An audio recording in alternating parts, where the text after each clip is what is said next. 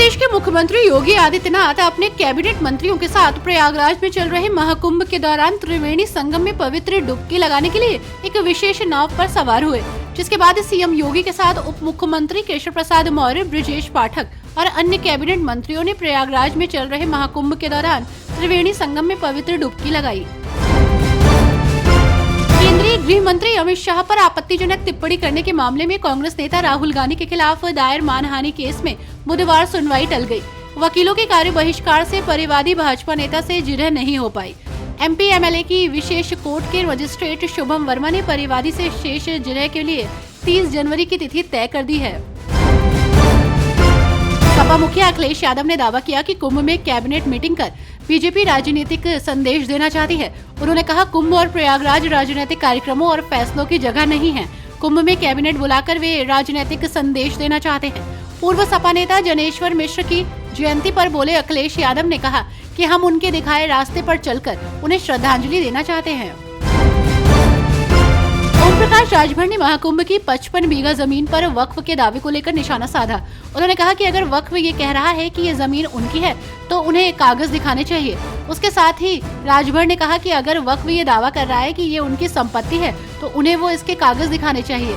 राजभर ने इस दौरान यूनिफॉर्म सिविल कोड का भी समर्थन किया और इसे पूरे देश में लागू करने की मांग की।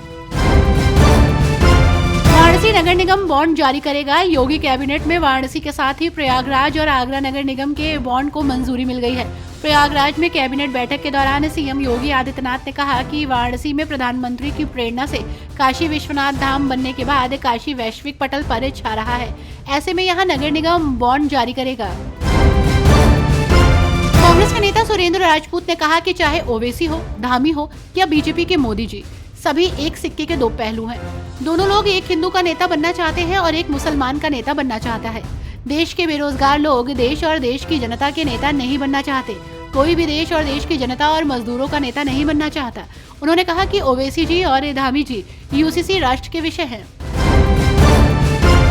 राम मंदिर निर्माण समिति की 2 दिवसीय बैठक में कई अहम फैसले लिए जाएंगे। वहीं इसी कड़ी में बैठक के पहले दिन कई महत्वपूर्ण पहलुओं पर चर्चा हुई, जिसमें प्रमुख रूप से श्रमिकों की संख्या बढ़ाए जाने और पूर्ण रूप कार्य को 15 दिन के अंदर ट्रस्ट को सौंपने, राम मंदिर परिसर में 20 एकड़ जमीन पर वनस्पति सौंदर्य पार्क मंदिर का निर्माण, भूतल प्रथम और द्वितीय तल के अंदर आइकनोग्राफी का कार्य मार्च तक पूरा करने को लेकर सहमति बनी।